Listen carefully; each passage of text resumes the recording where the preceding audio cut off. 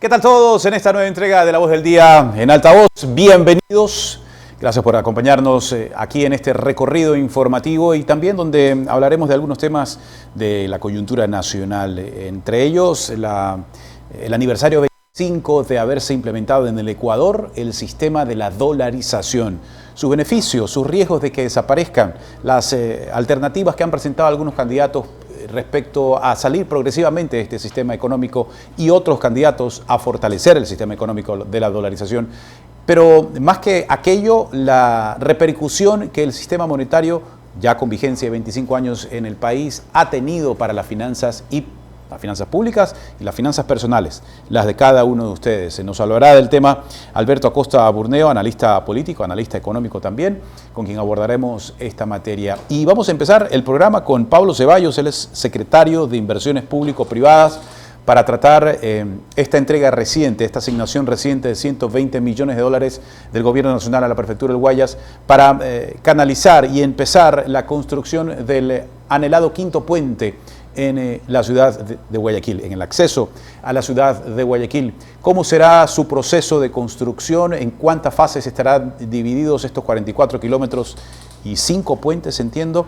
Lo hablaremos con él luego de este anuncio oficial entre el gobierno y la prefectura del Guayas para empezar ya estos trabajos y rediseño de algunos otros que se han efectuado alrededor de esta importante obra.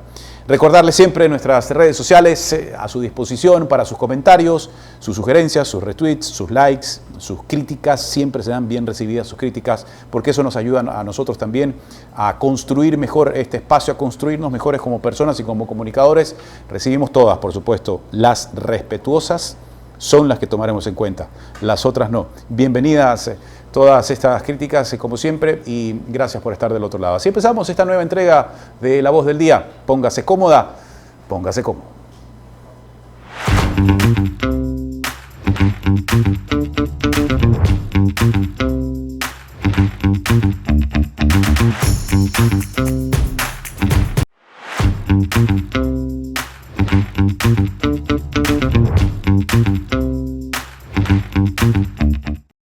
El calor en la ciudad de Guayaquil es intenso, En los últimos momentos hay una temperatura elevada y así lo advertía también el INAMI. Ayer recuerden la conversación que tuvimos con el experto en pronósticos, representante del INAMI, hablaba de no solamente las lluvias, sino la humedad y las altas temperaturas que al menos en Guayaquil en estos momentos se están registrando. Así que, pues bueno, nada más como dato anecdótico. Está vía Zoom Pablo Ceballos, secretario de Inversiones Público-Privadas. ¿Nos escucha bien, Pablo? Bienvenido. Muchas gracias, Andrés. Lo escucho con claridad. Un gran saludo a usted y a toda su importante audiencia. Qué bueno, Pablo. La firma, la entrega de recursos asignada, hecha públicamente del gobierno a la prefectura del Guayas para trabajar en convenio e inicios ya formales de implementación del quinto puente, ¿es el paso que se esperaba para ya darle luz verde y realidad a este proyecto que tanto se ha venido hablando? El proyecto del quinto puente es una prioridad para el gobierno del presidente Daniel Noboa. Por eso es que, siendo un proyecto de una magnitud importante, estamos hablando de una inversión que supera los 800 millones de dólares y que además en su operación y mantenimiento se van a requerir al menos 500 millones adicionales, son números que implican un desafío importante y que por tanto no lo podemos abordar como un esfuerzo disperso de una entidad o de un ministerio. Hay todo un equipo de gobierno trabajando para sacar adelante y además, como era necesario, estamos sumando a los gobiernos autónomos descentralizados que tienen jurisdicción o competencia sobre el proyecto territorialmente y que además tienen el compromiso de trabajar por los ecuatorianos. De ahí que el proyecto, siendo de estas magnitudes, vimos la necesidad de dividirlo por fases y además de distribuirnos el trabajo entre las entidades del Estado. El Ministerio de Transporte está trabajando en actualizar los diseños y en actualizar los estudios de demanda del proyecto para efectos de contar con información fiable para entregar a los inversionistas y para poder avanzar con las obras. Por otro lado, y como usted lo mencionaba, se firmó el convenio de transferencia de recursos a la Prefectura del Guayas por 118 millones para que inicie con las denominadas fases 4 y 5 del proyecto, que son las vías de acceso hacia el puente, que comunican la vía Durán-Tambo y la vía Durán-Boliche con Taura y la vía Naranjal con Taura. Justamente desde Taura va a salir en el futuro la vía hacia el puente, hacia el río Guayas. Entonces, además del Ministerio y la Prefectura, la Secretaría de Inversiones Público-Privadas está trabajando en la estructuración del proyecto para promocionarlo a inversionistas internacionales que puedan invertir de sus fondos para la construcción del proyecto y recuperar ese dinero en el largo plazo. Ese es un trabajo que se requiere para poder tener un proyecto que sea atractivo para el mercado internacional. De ahí que en la Secretaría estamos trabajando en atraer firmas de ingeniería y de estructuración financiera que tengan credibilidad en el mercado internacional. Porque yo puedo tener unas cifras como país, pero el inversionista necesita que firmas de prestigio internacional confirmen esas cifras y hagan el planteamiento del proyecto. Como usted lo puede apreciar, pues es una prioridad gubernamental y así se está trabajando con distintos equipos de gobierno al servicio del proyecto y al servicio de los ecuatorianos y de los guayasenses. Estas empresas privadas que eventualmente se sumen, va a haber la necesidad de que así ocurra, como usted lo detalla, para completar el presupuesto de más de 800 millones de dólares de la totalidad del proyecto, deberán a largo plazo recuperar su inversión a través de qué vías, para que también los ciudadanos lo tengan claro. Eventualmente serán los peajes, los puntajos ubicados en diferentes tramos para este efecto. Justamente el trabajo de la estructuración financiera, uno de sus componentes es determinar el mecanismo de recuperación de la inversión para el inversionista privado. Una de las fuentes de ingresos indudablemente van a ser peajes, pero tenga presente un aspecto. Estos peajes están enfocados en el transporte de carga, porque esta va a ser una vía de acceso al puerto de Guayaquil. Así que la carga tiene la particularidad de que es una actividad económica y por tanto tiene una mayor capacidad de pago que un usuario de un vehículo liviano. Así que todos los estudios están enfocados en buscar una tarifa que sea atractiva, que al tiempo de ser atractiva nos permita sufragar todos los costos del proyecto. Así que esa va a ser una de las fuentes de ingreso. Sin embargo, en la estructuración financiera preliminar que hicimos, el gobierno se va a ver la necesidad de aportar recursos y esa es la razón de que se haya iniciado con las obras a través de la prefectura con las vías de acceso, porque indudablemente para que esta obra sea viable requiere de un aporte del gobierno nacional y ese aporte ya se ha adelantado. Si la estructuración y el estudio financiero determina que se requieren montos adicionales, pues el gobierno está dispuesto a financiarlos, pero eso nos lo dirán los expertos internacionales que estamos contratando. Uno de los temas que quizás ha dilatado en cierta medida la ejecución de esta obra ha sido, entiendo, el rediseño de los estudios precisamente para actualizarlos de manera que estén en concordancia con la realidad actual, tanto del flujo vehicular como de circulación o instalación eventualmente de zonas protegidas o camaroneras eventualmente que estén cerca a la construcción del puente, que conlleve un rediseño o actualizar el que ya estaba decidido para implementarlo y empezar esos trabajos? Cuando llegamos como gobierno y abordamos este proyecto, nos encontramos con un abandono total. Es decir, se habían contratado unos estudios en el año 2009. Es decir, ya tenían 15 años de haber sido ejecutados. Legalmente, los estudios tienen una validez de 5 años y desde el punto de vista de la ingeniería, un estudio de 15 años es un estudio que exige una actualización. Por esa razón, desde que asumimos el gobierno y asumimos el desafío de impulsar este proyecto, el Ministerio de Transporte inició de forma inmediata la actualización de esos diseños y de esos estudios, y gracias a ese trabajo es que hoy tenemos los diseños que nos han permitido entregarle a la prefectura los recursos, pero también se le han entregado los diseños. Sin ese trabajo previo no hubiera sido posible iniciar las obras del proyecto, como ya públicamente se anunció con la presencia del presidente de la República. Por eso es que nuestro trabajo es responsable, es planificado y nuevamente lo hacemos como equipo de gobierno al servicio del proyecto y de los ecuatorianos.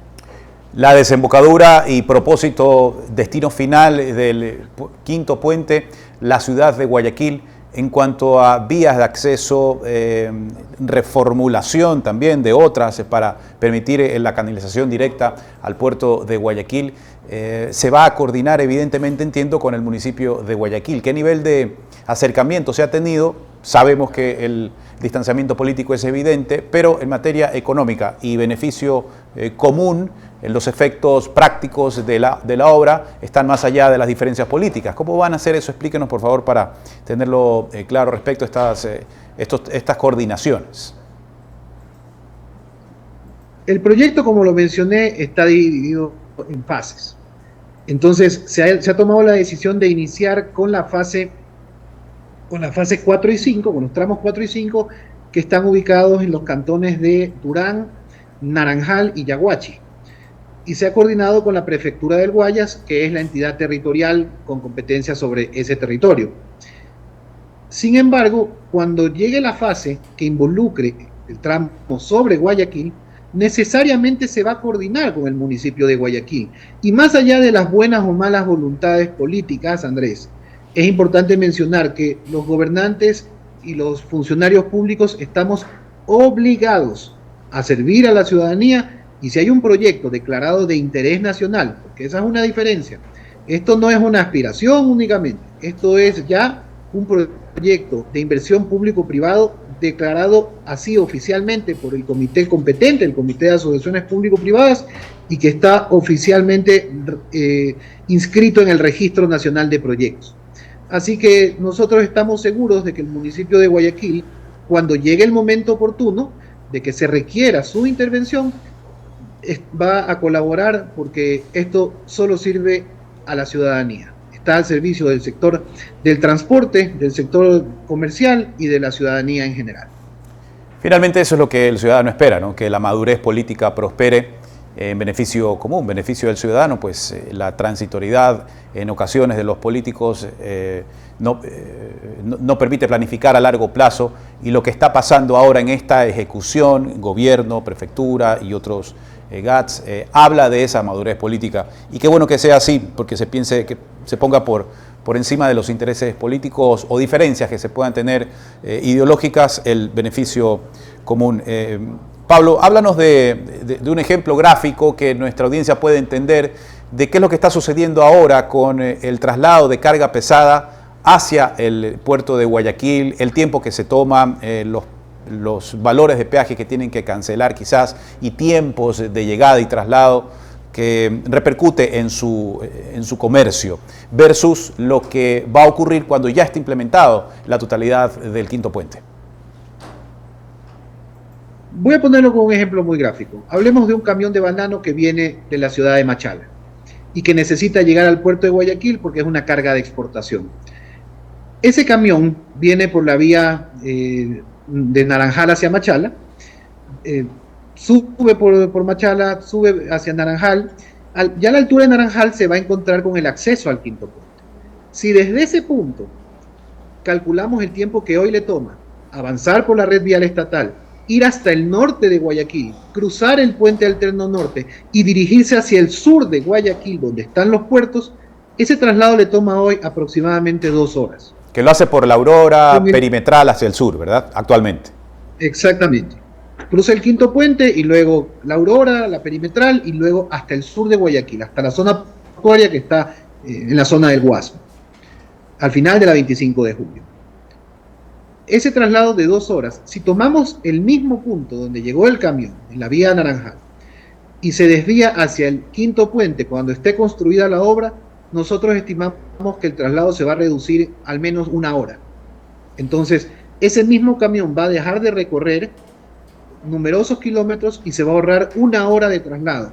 Y esa hora no es solo eficiencia en tiempo, esa hora de ahorro significa menos desgaste del vehículo, menos desgaste de las llantas, menos consumo de combustible, menos emisiones de dióxido de carbono a la atmósfera y por supuesto la ventaja del tiempo, que ya la mencionamos, que es la más evidente.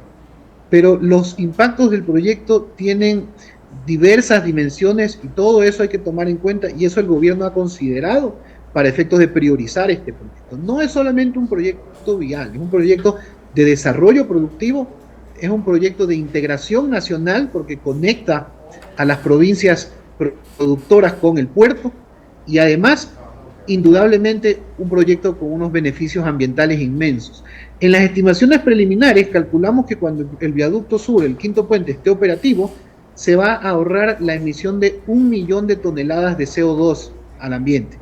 Así que no es menor el impacto ambiental positivo que va a tener este proyecto. De cumplirse los plazos según lo previsto, ¿cuándo estaría concluida la obra?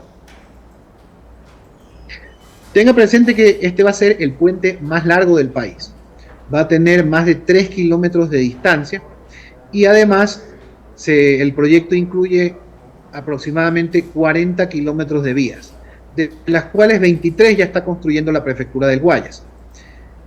El puente, porque es un desafío mayor, en los cronogramas y en los estudios estimamos que va a tomar su periodo de construcción alrededor de 5 años, que es un tiempo promedio para un puente de esas dimensiones. Así que indudablemente este es un proyecto de alcance nacional, pero además este es un proyecto de largo plazo que se lo ha priorizado por el impacto que tiene y porque se está pensando en el futuro del país. Estamos pensando en la sostenibilidad de nuestra producción y de nuestro sector transportista. ¿Hay ya acercamientos con inversionistas privados internacionales? ¿Se les ha tocado la puerta para plantearles el proyecto? ¿Cómo ha ido ese tema relacionado a la inversión futura?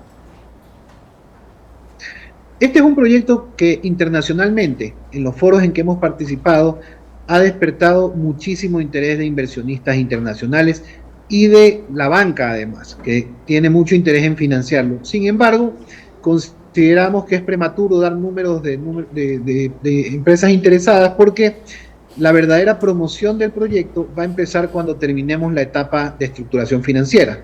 Entonces, con esos números finales, esperamos ya tener toda la información necesaria y además el respaldo de las firmas internacionales con credibilidad para poder acercarnos con mayor certeza a esos inversionistas y a esa banca que tiene apetito por financiar este proyecto.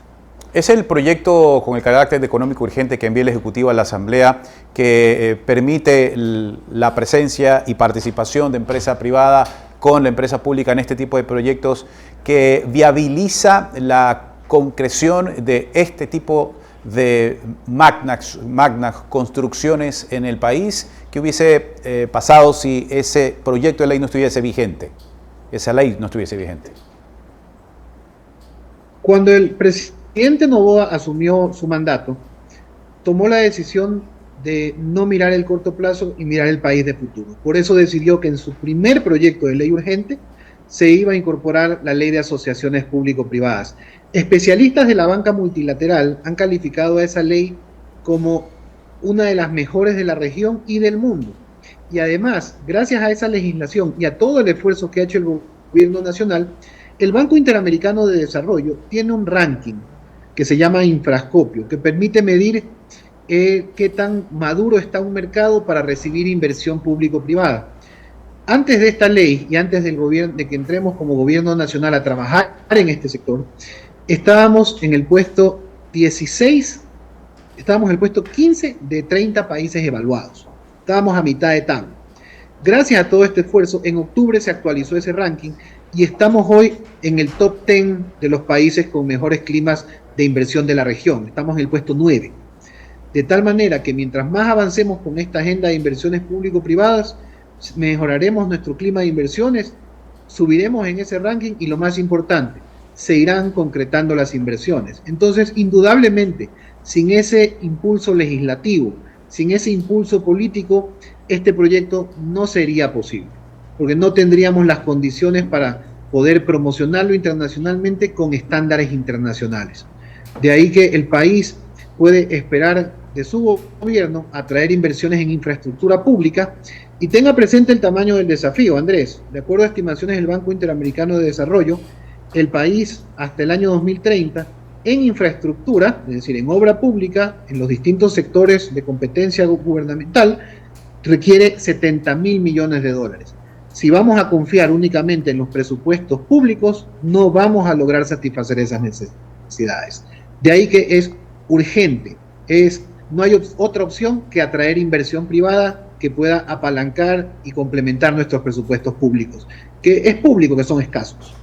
¿A qué sectores, luego de la construcción y de la vialidad, como en este caso del proyecto del quinto puente, van a dirigir la mirada inmediatamente?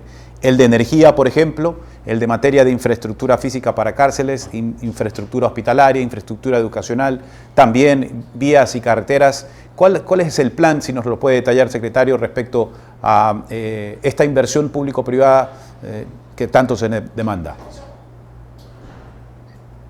Por supuesto, Andrés. Hemos iniciado con los proyectos viales porque ya hay cultura de pago de peajes en el país.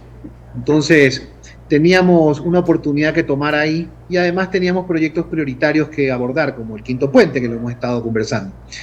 Adicionalmente, ya contamos en nuestro portafolio de inversiones oficial aprobado infraestructuras portuarias. Está el puerto de Esmeraldas y además vamos a incorporar el puerto Granelero, que es un puerto que está ubicado también al sur de Guayaquil, de la Autoridad Portuaria de Guayaquil. Entonces, los siguientes tipos de proyectos son los proyectos portuarios. Tenga presente que esos son proyectos autosostenibles. Esos se pagan con las contribuciones y las tasas que pagan las empresas navieras por los distintos servicios que se le prestan. Además, en energía, el plan es más, porque la necesidad es más grave, el plan es más amplio. Tenemos proyectos que van a desarrollar las empresas públicas, SELEC principalmente, proyectos que está impulsando el Ministerio de Energía, y además se aprobó la ley planteada por el presidente de la República para permitir proyectos privados de hasta 100 megavatios. Entonces, en energía, por supuesto que se va a promocionar, se está promocionando la inversión privada, pero no se va a hacer únicamente por la vía de asociación público-privada, que es la que administra esta secretaría, sino con una serie de mecanismos a los que estamos acudiendo y que estamos seguros que el país va a poder reconocer ese esfuerzo. Por otro lado, hemos hecho una consulta al Procurador General del Estado y la ha contestado el 20 de diciembre para determinar en qué condiciones es viable la inversión en infraestructura hidráulica, es decir, en infraestructura para agua potable y para saneamiento, es decir, tratamiento de aguas residuales. Y el procurador ha determinado que es posible atraer inversión privada para la construcción de infraestructura pública hidráulica, es decir, plantas de tratamiento de agua potable, plantas de tratamiento de aguas residuales, tuberías, reservorios y toda la infraestructura que se requiere. Entonces, ahora en este mes vamos a hacer el lanzamiento de una nueva agenda de proyectos para apoyar a las competencias municipales. Vamos a poner a órdenes del municipio sistemas de inversión público-privado para que puedan financiar proyectos de plantas de tratamiento de agua potable, que es tan necesario para que los municipios cumplan con sus competencias, pero además, recordemos que el gobierno nacional tiene un programa para luchar contra la desnutrición crónica infantil, y ese objetivo no se va a lograr si no contamos con agua potable y de calidad. Así que estamos sumándonos a los esfuerzos municipales también para promocionar inversión privada en estas infraestructuras específicas, principalmente plantas de tratamiento para agua potable y aguas residuales. Adicionalmente, tenemos la búsqueda de proyectos, la prospección de sectores económicos para atraer inversión privada es un trabajo permanente, no es un trabajo que se hace como en la planificación antigua centralizada de una vez para 20 años, no, es un trabajo permanente, hay que ir identificando las necesidades, hay que irlas priorizando y hay que ir levantando carteras de proyectos. Así que es un trabajo que hicimos el año pasado y ya tenemos 8 proyectos oficiales aprobados, principalmente en carreteras, como le mencioné. Tenemos 4 más en evaluación y tenemos 4 más que van a entrar ya a la evaluación. Entonces, Este es un trabajo que como no se ha hecho en los últimos años, porque el registro de proyectos APP se creó en el 2019 y cuando llegamos en enero del 2024 a la Secretaría no había un solo proyecto inscrito. Nosotros hemos inscrito ya 8 y vamos a seguir inscribiendo. Por lo que la ciudadanía puede tener la más absoluta certeza de que vamos a trabajar primero buscando los distintos sectores de infraestructura pública, como ya lo hicimos, carreteras, puertos, agua potable y saneamiento, pero además de que lo estamos haciendo en la búsqueda de equidad territorial. Queremos apoyar a todos los territorios del país, a todas las provincias, para que la inversión privada llegue hasta el último rincón del país. Agradecemos, secretario, por su tiempo y los detalles de tanto la planificación 2025 como los efectos inmediatos y a futuro de la construcción del quinto puente en Guayaquil. Muchas gracias, Andrés. Un saludo a la audiencia. Pablo Ceballos, secretario de Inversión Público-Privada, ahora en La Voz del Día, como ustedes lo han escuchado con estos datos en pormenor de lo que ha significado la entrega de recursos a la prefectura, entrega inicial de recursos a la prefectura del Guayas para la construcción de 2 fases del quinto puente y la planificación que se ha establecido para el diseño e implementación a largo plazo, que como lo ha puntualizado el secretario, será un proyecto a largo plazo, a 5 años, en cuanto los ecuatorianos veamos cristalizados este ambicioso proyecto vial en el país, concentrado en la carga pesada desde Naranjal hacia el puerto marítimo en el sur de la ciudad de Guayaquil. Vamos a la pausa y cuando volvamos, los 25 años de la dolarización en Ecuador. ¿Es un sistema monetario con el que debe continuar el Ecuador o no? Nos lo responderá Alberto Acosta Murneo enseguida. Les recordamos nuestras redes sociales y enseguida también viene Yanela Villamar.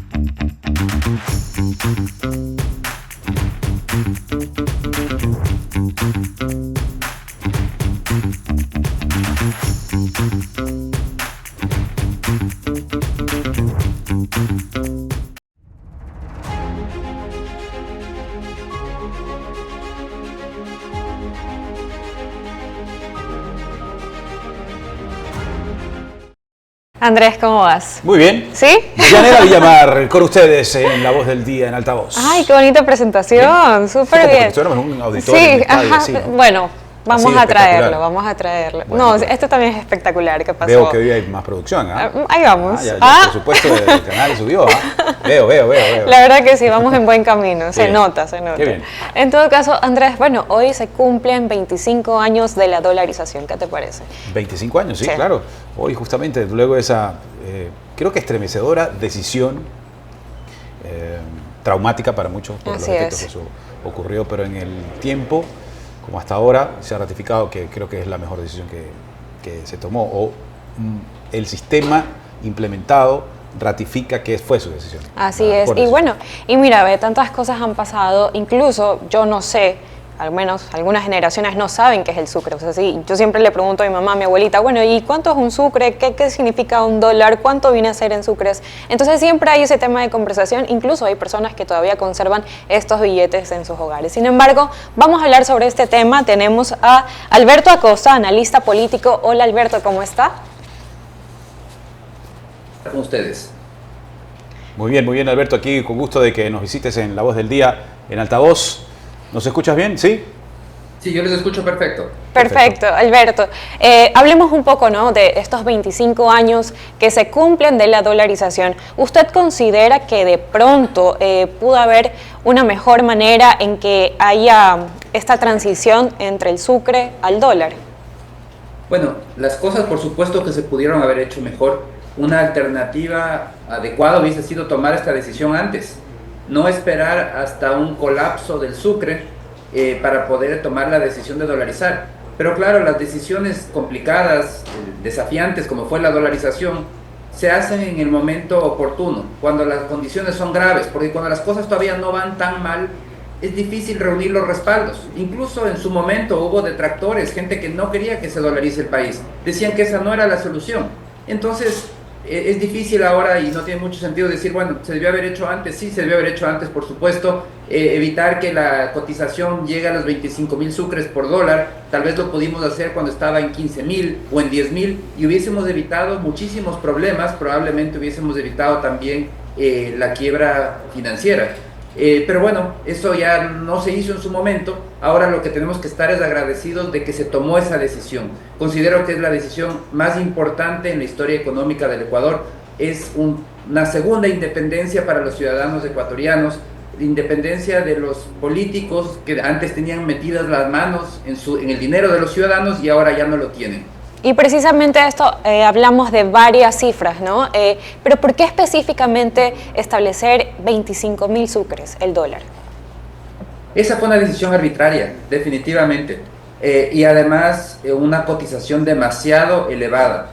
Debió haberse aplicado un valor de mercado, un valor que probablemente hubiese sido mucho más bajo, porque vimos que con esa macro devaluación que se hizo, finalmente los precios internos tuvieron que ajustarse y tuvimos todavía algún tiempo con una inflación relativamente elevada hasta que desapareció la inflación. Entonces sí creo que ese valor definitivamente fue un error, se lo marcó con una devaluación demasiado fuerte y era por el miedo que había a que no haya suficientes dólares. Claro, era un experimento, no había grandes experiencias en el mundo para poder aprender o una fórmula ya probada donde se diga esta es la tasa de conversión que se tiene que usar. Lo ideal hubiese sido utilizar una tasa de mercado y haber tomado ciertas precauciones para el inicio. No se lo hizo. En todo caso, es importante que estemos dolarizados y en eso insisto. En su momento, Alberto, cuando eso ocurría, se hablaba 25 años atrás de quienes estaban en contra de implementar este proceso, este sistema económico, de bueno, que Ecuador no dispone de reservas, no dispone de la generación, ahora cómo va a generar o imprimir el dinero, tendrá que volverse altamente productivo para volverse un exportador más que un importador y que las divisas permanentemente estén en el país y garantizar la solvencia del país. ¿Qué pasó en 25 años que aún seguimos con dolarización y algunos de los argumentos que en ese momento se plantearon no se cumplieron? Bueno, lo que sucede es que hay mucho desconocimiento de cómo funciona la dolarización y hay todavía quienes creen que el objetivo es acumular dólares. Ese no es el objetivo. No por acumular dólares vamos a ser más ricos. Lo que necesitamos es mejorar nuestra capacidad productiva. Eso es lo que genera bienestar. El que llenemos nuestras arcas de dólares no nos hace una población con más bienestar. El bienestar está y la fortaleza, la riqueza de una nación está en su fortaleza productiva. Entonces ese desafío continúa vigente. La dolarización es solamente un esquema monetario. No le podemos pedir más allá de lo que puede ser un esquema monetario. Un esquema monetario no puede producir, un esquema monetario no puede generar empleo. Es simplemente, para poner una analogía, es como un terreno firme sobre el que uno puede construir el edificio económico. Lo que teníamos antes con el sucre eran arenas movedizas. Todo lo que construíamos sobre un sucre que perdía valor y con una inflación galopante, se iba a desbaratar. Entonces vemos cómo con ese terreno firme que es la dolarización, el desafío es construir un edificio económico fuerte, saludable, competitivo. Y ese desafío continúa hoy vigente, 25 años después. Todavía no lo hemos hecho de la magnitud que se requiere. El país necesita reformas estructurales profundas para ser competitivo, para ser atractivo para la inversión. La única fuente de crecimiento sostenible es la inversión privada, la inversión productiva. Y estamos llenos de barreras de entrada, de monopolios estatales que impiden la inversión. Entonces esos desafíos siguen pendientes, pero lo que estemos muy claros es que la dolarización nos entrega ese terreno firme sobre el que podemos construir un buen edificio. Ahora es cuestión nuestra que construyamos el edificio. Si tenemos un terreno firme, Alberto, por el cual deberíamos haber construido lo que no se ha construido en todos estos años, ¿qué pasa si salimos de ese terreno nuevamente? O si entramos a un proceso de convertibilidad, o si entramos a un proceso de moneda paralela, como se lo ha sugerido o indicado más bien explícitamente por ciertos sectores políticos que al momento consideran esa apertura. Lo ha dicho la Revolución Ciudadana, lo dijo en su momento el candidato a la presidencia Andrés Arauz, lo ha expresado en cierta manera el candidato a la vicepresidencia Diego Borja, y si no lo han dado en detalles, al menos no han ratificado que la dolarización debe ser el sistema monetario que debe continuar. ¿Qué pasaría, por tanto, si ese sistema monetario o vamos saliendo progresivamente o mañana ya no lo tuviéramos? A ver, yo creo que los ciudadanos son muy perceptivos y por eso es que la dolarización tiene un respaldo masivo. Y es porque la población se ha dado cuenta de los beneficios de este esquema monetario. Hay que preguntar a los ciudadanos, ¿quiere usted volver a tener ese sucre que se devaluaba día tras día, que licuaba sus ingresos? Porque hay que ver qué ha significado la dolarización para la población. Y la dolarización lo que ha significado es primero un recorte radical de la inflación. Ya el dinero no pierde poder de compra. Antes de la dolarización, la inflación promedio era de alrededor de 37% anual. El promedio después de la dolarización es de 2,7%. Entonces vemos como hay una gran diferencia para los ciudadanos, porque esto significa que el poder de compra no se licúa. Entonces, eso también ha permitido que el salario real de los ciudadanos suba significativamente. Ha aumentado también el ahorro, la bancarización. La gente puede comenzar a pensar en ahorro de largo plazo. Antes no había cómo. Si uno guardaba un sucre por 1 año o 2 años, al año o a los 2 años podía comprar probablemente la mitad de lo que hubiese comprado si es que lo gastaba inmediatamente. Entonces había un incentivo a gastar, a consumir más allá y a no ahorrar. Claro, no había crédito a largo plazo. Pensar en un crédito a 30 años, inexistente, no existía con una moneda que se devaluaba. Entonces los ciudadanos se han dado cuenta de todos esos beneficios que les ha dado la dolarización, y eso significa que también no van a permitir experimentos de quienes quieren expandir la masa monetaria, como fue durante el correísmo. Emitieron contablemente dólares, ecuadólares, porque no se pueden emitir dólares de Estados Unidos, generando graves distorsiones, o de quienes todavía siguen llorando por un sucre para poder seguir manipulando, porque están muy claros, los políticos que piden ese sucre son aquellos que quieren manipular el valor del dinero, son los mismos que destruyeron el sucre o que admiran a quienes destruyeron el sucre en su momento. Precisamente eso, justamente, y en base a la pregunta que le hizo Andrés, el ex candidato presidencial Andrés Arauz hablaba precisamente de eso, de una desdolarización. ¿Usted considera, en caso de que el correísmo llegue al poder otra vez, la dolarización se vería de pronto en riesgo o afectada? Definitivamente estará en riesgo, porque el único riesgo que tiene la dolarización viene del lado político, del lado de los políticos en el poder, que para poder gastar alegremente comienzan a financiarse con emisión monetaria. Actualmente eso está prohibido por una ley que se llama Ley de Defensa de la Dolarización, pero quienes están contrarios a esa ley probablemente puedan buscar echarla abajo, y una vez que eliminen ese límite pueden hacer que el Banco Central vuelva a emitir contablemente dólares, ecuadólares. El efecto de corto plazo es que se siente que hay mucho dinero, pero tiene un costo enorme. El chuchaqui es gigantesco. porque comienza a haber una demanda de importaciones, de maquinarias, de equipos, bienes de consumo, y para poder transar con el exterior solo se puede hacer con dólares verdaderos. Entonces el Banco Central empieza a perder dólares verdaderos y tiene el riesgo de una quiebra. Para evitar la quiebra del Banco Central, el gobierno tiene que restringir todos los flujos de divisas, encarecer todo, que suban los precios internos porque limita todos los flujos de comercio internacional. Entonces, al final del día, esto termina teniendo un costo en destrucción de competitividad y elevación de precios internos. Es decir, esto daña a los ciudadanos. Y en una situación extrema puede llevar incluso a una desdolarización vía una crisis bancaria, que ese es el escenario que debemos evitar a toda costa. Por eso es que no podemos aceptar ninguna creatividad por el lado monetario. Los políticos, les quitamos con la dolarización la mano a los políticos de nuestro dinero y no les podemos permitir que vuelvan a meterle la mano a nuestro dinero. Y entre las consecuencias se considera de pronto el que se eleve la inflación. Bueno, si eventualmente salimos de la dolarización, o si es que en el proceso incluso de emisión de dinero, de ecuadólares, se eleva la inflación. Ya lo vivimos también. En años pasados, cuando durante el gobierno de Rafael Correa se comenzó a emitir dinero contablemente a través del Banco Central, a través de un proceso que técnicamente se conoce expansión del balance del Banco Central, vivimos un proceso inflacionario importante. La inflación llegó a superar el 5% en dolarización, es una inflación muy elevada, pero ese fue el resultado de esa manipulación monetaria. Entonces, si volvemos a ese mismo escenario, veremos cómo se pierde poder de compra del dinero, se destruye competitividad porque todo se encarece, producir se encarece, y al final del día se pone a un riesgo permanente de que ese juego termine colapsando con la misma dolarización y llevándose el sistema financiero de por medio.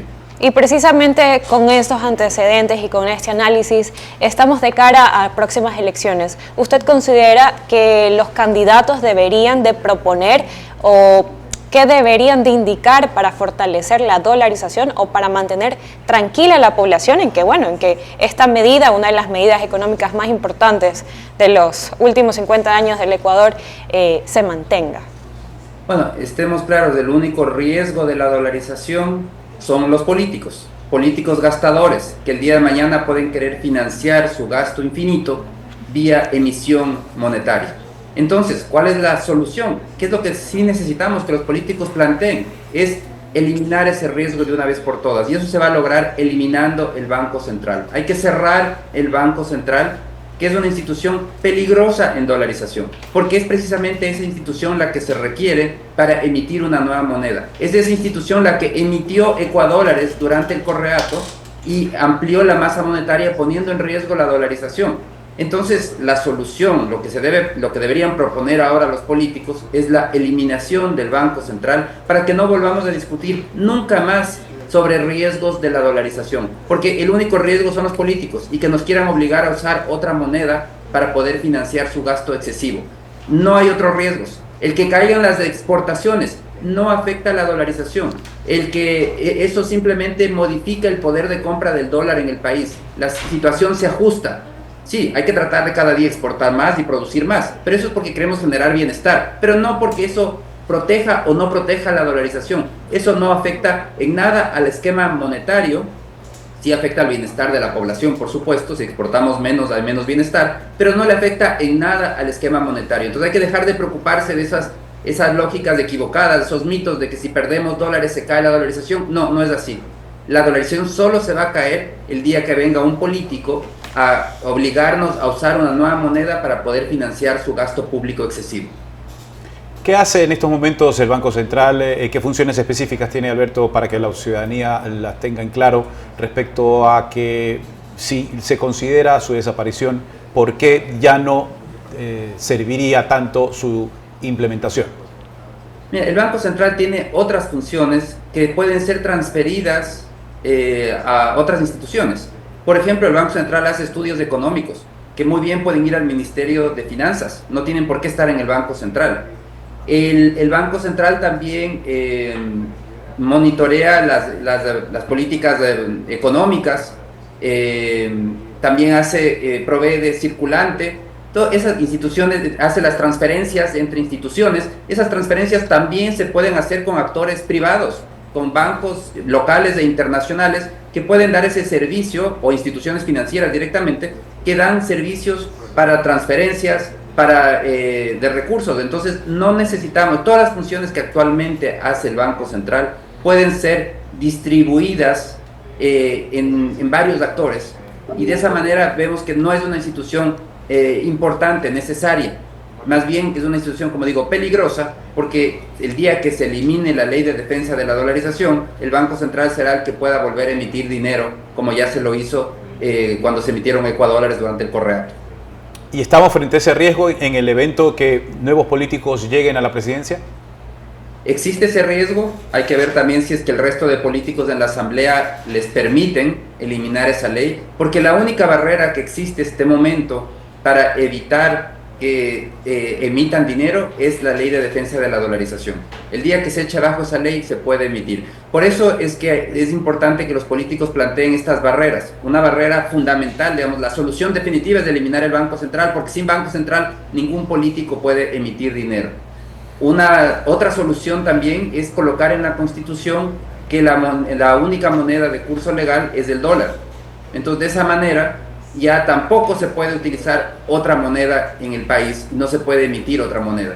Pero la solución, como digo, el tema de fondo realmente viene, yo creo, por el lado del Banco Central, porque esa es la única manera para acabar con ese riesgo. ¿Qué se hizo? ¿Qué puedes destacar, Alberto, respecto a lo que se ha hecho, a pesar de que ha hecho falta diversas acciones, que se ha venido haciendo bien en los diferentes gobiernos a raíz de que se adoptó el sistema de la dolarización? Porque, regreso a mi primera pregunta, estamos aún con ese sistema y que no pasa tanto por la decisión política, sino por lo que tanto los estados y el sector privado ha venido haciendo a lo largo de este tiempo que permita darle sostenimiento. ¿O le das crédito exclusivo a una decisión política? A ver, cosas que han hecho políticas positivas, no digo para la dolarización, porque la dolarización no necesita... No, como digo, no se va a caer porque crezcamos poco, porque la economía se contraiga, porque dejemos de exportar. Supongamos que el día de mañana hay una debacle de algún fenómeno natural y dejamos de exportar. A la dolarización no le pasa nada, continúa funcionando sin ningún problema. A los que les pasa es a los ciudadanos, porque si dejamos de exportar nos empobrecemos, se destruyen empleos, eso sí, pero no le pasa nada al sistema monetario. El sistema monetario se ajusta, es un equilibrio en el mercado de dinero que se ajusta a la realidad en el mercado de bienes. Entonces, si pasa cualquier cosa por el lado de bienes, se va a ajustar el poder de compra del dinero. Entonces, esa preocupación no hay. Entonces, lo que tenemos que hacer son esas políticas para construir el edificio económico. Entonces, no es por defender la dolarización. El objetivo, de hecho, nuestro objetivo de política económica no tiene que ser defender la dolarización. El objetivo de política económica es crear bienestar a los ciudadanos. Y eso se logra construyendo ese edificio sólido sobre este terreno estable que es la dolarización. Entonces, ¿qué se ha hecho bien en esa construcción del edificio sólido? En años recientes hemos empezado a abrir mercados, con mucho retraso, pero lo estamos haciendo, muy positivo. Nos tomó varias décadas de retraso frente a Colombia, o a Perú, o a Chile, pero finalmente lo estamos haciendo, positivo. Eso es algo fundamental para generar bienestar. Pero tenemos grandes pendientes, eliminar trabas, barreras de entrada, tramitología excesiva, todo lo hacemos difícil y de esa manera limitamos la inversión. Otro pendiente en materia monetaria, tenemos que eliminar todas esas barreras al flujo de capitales. Tenemos que permitir que los capitales entren para precisamente atraer capitales del exterior. Pero eso se logra eliminando todo tipo de barreras, eliminar el absurdo impuesto a la salida de divisas porque bloquea el ingreso de capitales, modernizar la legislación bancaria, adoptar normas de Basilea III que ya tiene el mundo, nosotros no tenemos ni siquiera Basilea II. Esos son temas de fondo. Seguir trabajando en competitividad implica modernizar la legislación laboral, seguir abriendo mercados, tener una legislación tributaria competitiva. Esos son los temas de fondo porque hay que seguir trabajando en competitividad para fortalecer el bienestar de los ciudadanos. Y eso se logra solo con más inversión productiva, más inversión privada. Alberto, gracias por compartir esta visión tras 25 años de la implementación del sistema monetario y también las tareas pendientes y muy pendientes actualmente para desarrollar y fortalecer no solamente la dolarización, sino dinamizar la economía a nivel nacional. Alberto, un gran abrazo y gracias por tu tiempo. Muchísimas gracias, siempre es un gusto. Gracias. Alberto Acosta Burneo, analista político, analista económico también. dándonos esta visión de cómo estábamos antes, qué pasa durante el proceso de implementación de la dolarización, los riesgos que eso implicaba y ya ahora el desafío mayor que es sostenerla y hablar también eventualmente de los riesgos en el caso de que quienes han hablado y han anticipado la idea de salir de la dolarización en el caso de que lleguen al poder pueda ocurrir como en la economía nacional inmediatamente, como efectos inmediatos. Así es, Andrés, y precisamente eso también me llamó mucho la atención que decía que lo del Banco Central, que es una de las entidades que ya no deberían de existir. También, ¿qué pasaría si una ley que protege a la dolarización ya no llegase a estar? Entonces son algunas de las propuestas que él mencionó que realmente me parecen muy interesantes, pero bueno, hoy, siendo 25 años de este hito, una de las medidas económicas, como lo dije, más importantes de los últimos 50 años en el país, sin duda alguna, marcó la vida y la economía de muchos ecuatorianos. Hay mucha practicidad detrás de todas las fórmulas que nos entregó hoy día Alberto, pero se encuentran, creo yo, como limitante entre una de esas, la burocracia. Imagínate decirles a toda esa burocracia que está detrás del Banco Central, que hoy día ya no van a estar con nosotros y se van a dedicar a otra cosa, se van a distribuir en los ministerios. Una burocracia poderosa, pero si bien hay instituciones, ahí vale la pena que se haga una reingeniería exhaustiva en todas las instituciones del Estado y las que están de más o están haciendo un papel por el cual se están desperdiciando recursos, bien podría hacerse una reingeniería efectiva y determinar que, por ejemplo, como lo sugiere el Banco Central u otras instituciones en materia económica, social y demás, ya no estén presentes por el gasto en que están incurren o se reorganicen y se orienten sus recursos. Así es, que se reorganicen y más que nada en sus funciones, que se establezcan bien cuáles son, pero siempre viendo lo mejor para el país. Pero bueno, antes de irnos a la pausa, recuerden nuestras redes sociales, nos pueden encontrar en... ahí está en pantalla, en X, en Instagram como Altavoz EQ, en Facebook, en TikTok como Altavoz EC y por supuesto por YouTube como Altavoz_EQ. Ya venimos.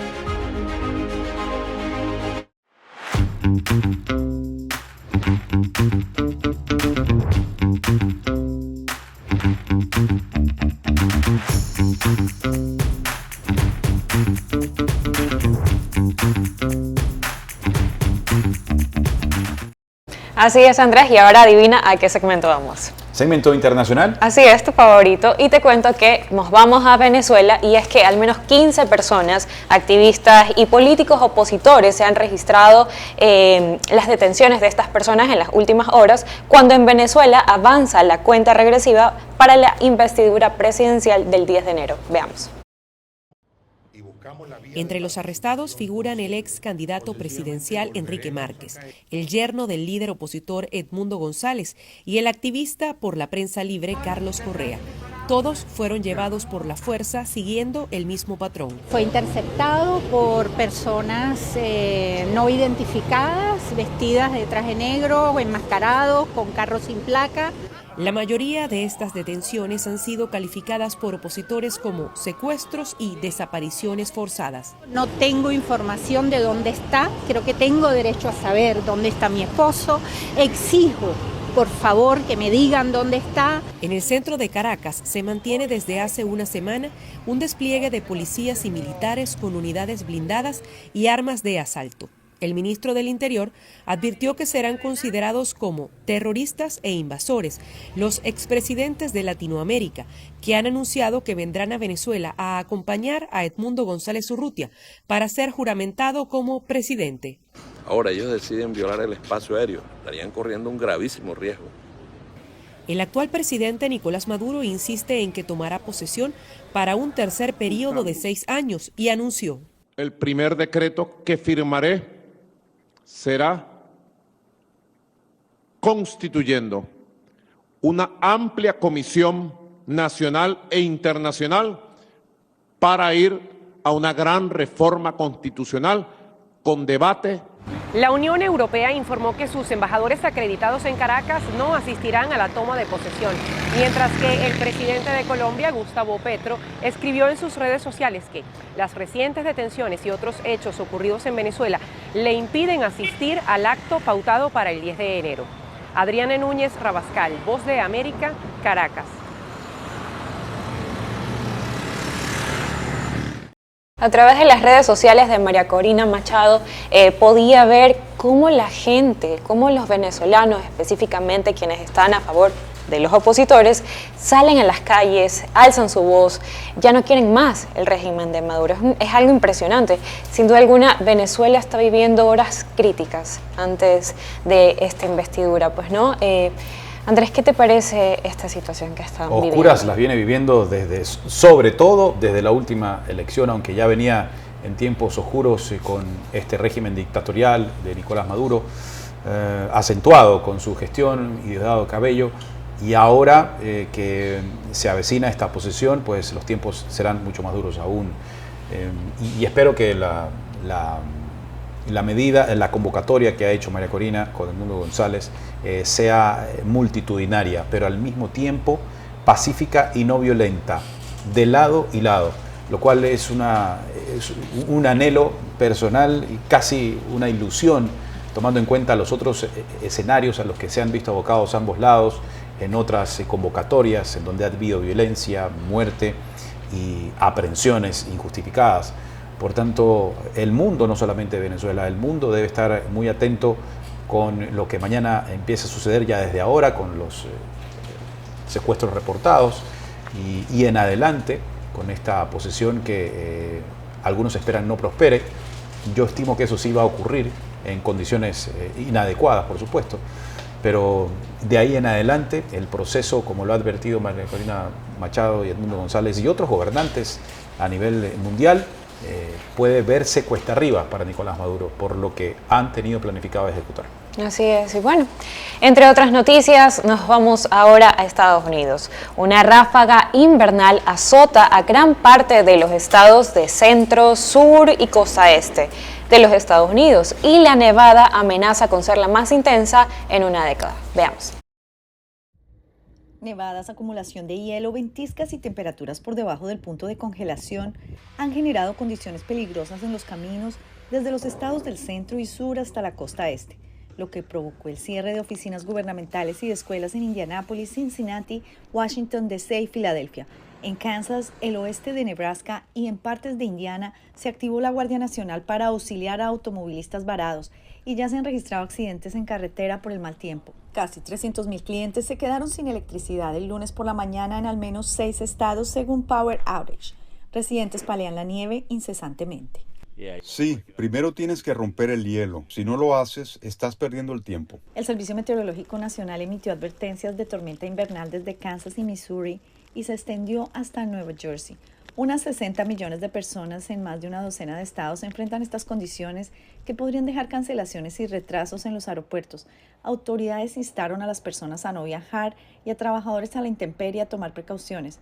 Nueva York ya lleva varios días batallando con el frío intenso. Camino con cuidado para no rebalarme y me pongo dos pantalones y 2 abrigos. Que a veces tú tienes que esperar el bus, entonces está muy frío para esperarlo.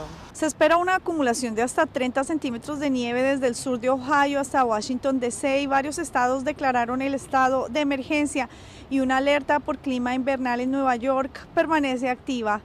Ángela González, Voz de América, Nueva York. Y bueno, Andrés, Estados Unidos sin duda alguna está acostumbrado a tener este tipo de climas extremos, ¿no? O hace mucho calor o hace mucho frío, pero casi pocas veces hay este clima intermedio, ¿no? Sin embargo, lo que se está evidenciando ahora también es parte también del cambio climático, de la contaminación constante que también como población mundial no colaboramos tampoco. Entonces, eso y sin duda alguna el crecimiento de la industria que tampoco aporta al medio ambiente. Sin embargo, es importante que también los ecuatorianos que están por el mundo, específicamente en estas zonas de Estados Unidos, tengan mucha precaución y cuídense mucho, sigan las recomendaciones que dicen las autoridades de no transportarse a más que sea necesario o evitar hacer cualquier otra actividad que signifique desplazarse. Incluso decían que se va a prohibir que las personas salgan con sus carros porque hasta eso mismo de que crucen o que este contacto que hacen los neumáticos con la nieve también causa cierto resbalón, por así mencionarlo, y pues bueno, pueden causar grandes accidentes. Algo que sí funciona muy bien en los Estados Unidos es sus sistemas de alerta y de prevención y de información hacia todas sus comunidades. Eso hace que el impacto de los efectos meteorológicos sea menor. Claro, habrá uno que no haga caso a estas disposiciones, pero habrá muchos otros que sí.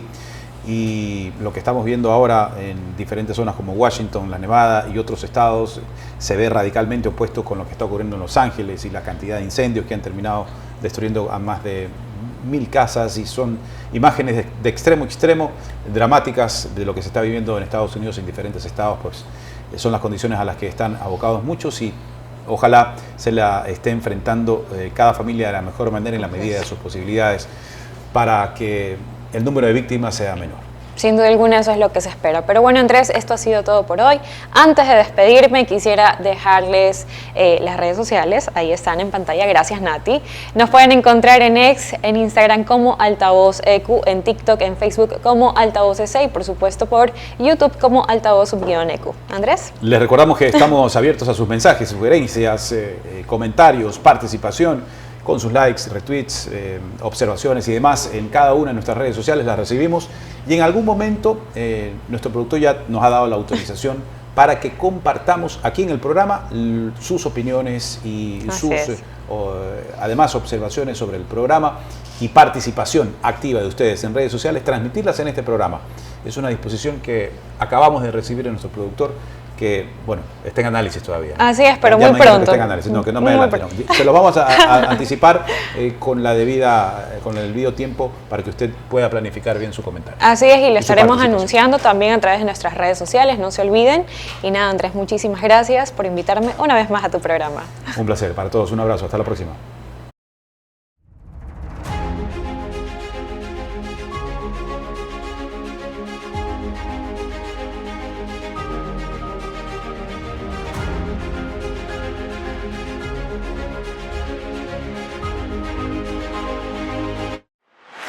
Thank you.